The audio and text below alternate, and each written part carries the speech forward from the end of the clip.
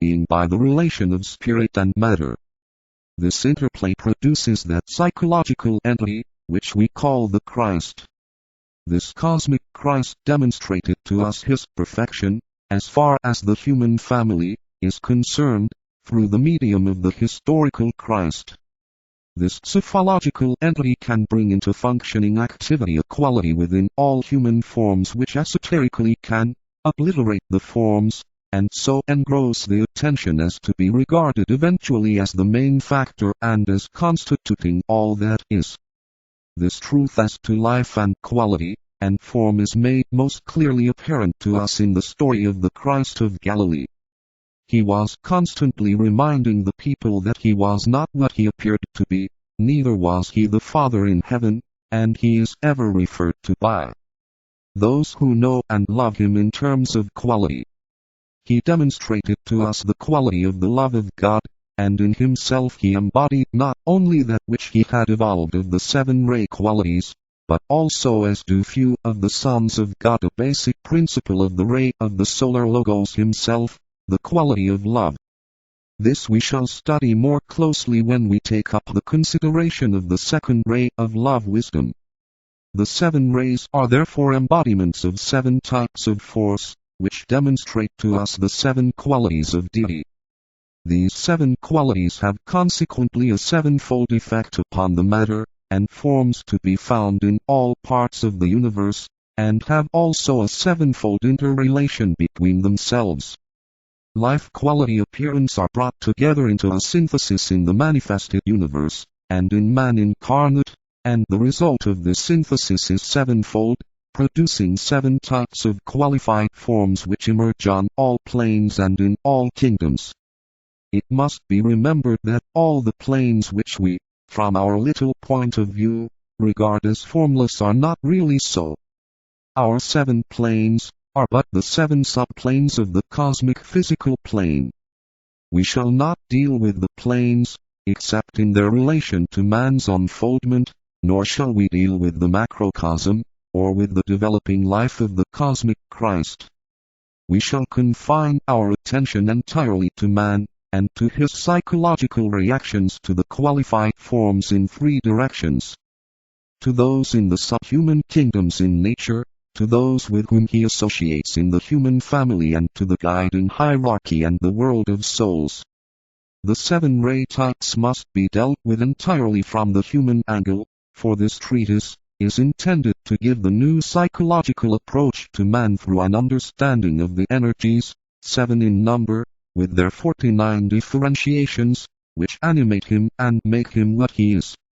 Later, as we take up each ray type, we shall subject man to a close analysis, and study his reactions in these three directions.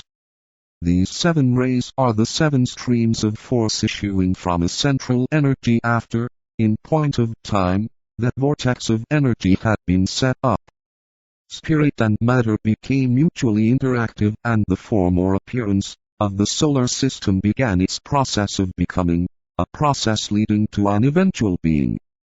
This idea is ancient and true. We find reference to the 7 eons, and the 7 emanations, and to the life and nature of the 7 spirits which are before the throne of God, in the writings of Plato and of all initiates who laid down in ancient times the basic propositions which have guided the human mentality down the ages. These great lives, functioning within the boundaries of the solar system, gathered to themselves that substance which they required for manifestation, and built it into those forms and appearances through which they could best express their innate qualities. Within the radius of their influence, they gathered all that now appears. This aggregated, qualified material constitutes their body of manifestation, just as the solar system is the body of manifestation of the trinity of aspects. This idea can best be apprehended if one remembers that every human being is, in his turn, an aggregate of atoms and cells built into form, and having scattered throughout that form organs and centers of differentiated life which function in rhythm and relation, but which have varying influences and differing purposes. These aggregated and animated forms present an appearance of an entity, or central life, which is characterized by its own quality, and which functions according to the point in evolution, thus making an impress by its radiation and life upon every atom and cell and organism within the radius of immediate influence, and also upon every other human being contacted.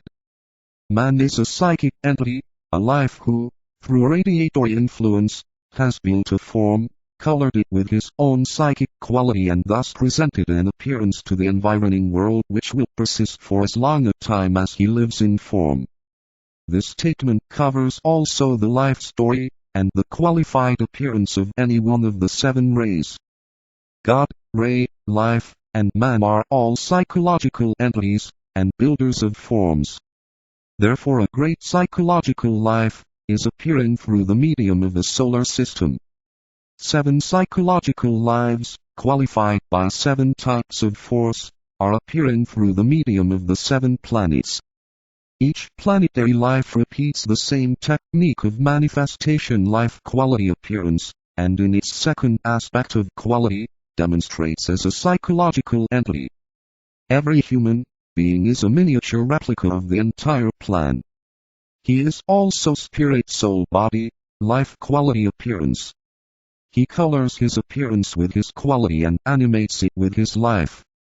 Because all appearances are expressions of quality, and the lesser is included in the greater, every form in nature and every human being is found upon one or other of the 7 qualifying rays, and his appearance in the phenomenal form is colored by the quality of his basic ray. It is qualified predominantly by the ray of the particular life upon whose emanation he issued forth, but it will include also in the secondary measure the 6 other ray types. Let us therefore posit as a symbolical analogy the fact of a central life, extraneous and outside our solar system yet within it during the process of manifestation, which decides within itself to take a material form and to incarnate. A vortex of force is set up as a preliminary step, and we then have God immanent, and God transcendent at the same time. This vortex, as a result of this initial activity, demonstrates through the medium of what we call substance, or, to use a technical term of modern science, which is the best we can do at this time, through the ether of space. The consequence of this active interplay of life and substance is that a basic unity is constituted. Father and mother are at one. This unity is characterized by quality. Through this triplicity of life quality form, the central life evokes and manifests consciousness, or awareness of response to all that is eventuating, but in a degree which it is impossible for us to cognize, limited as we are by our present relatively undeveloped point in evolution. Students of this treatise must bear in mind, from the very start of their studies, the necessity for familiarizing themselves with these 4 conditioning factors: life quality appearance and their result or synthesis, which we call consciousness. Always, therefore, we predicate that which stands outside of the appearance, and which is conscious of that appearance. This involves awareness of its material development, and consequent adequacy of expression, and also awareness of its psychic unfoldment. No study of the rays is possible apart from this 4-fold recognition.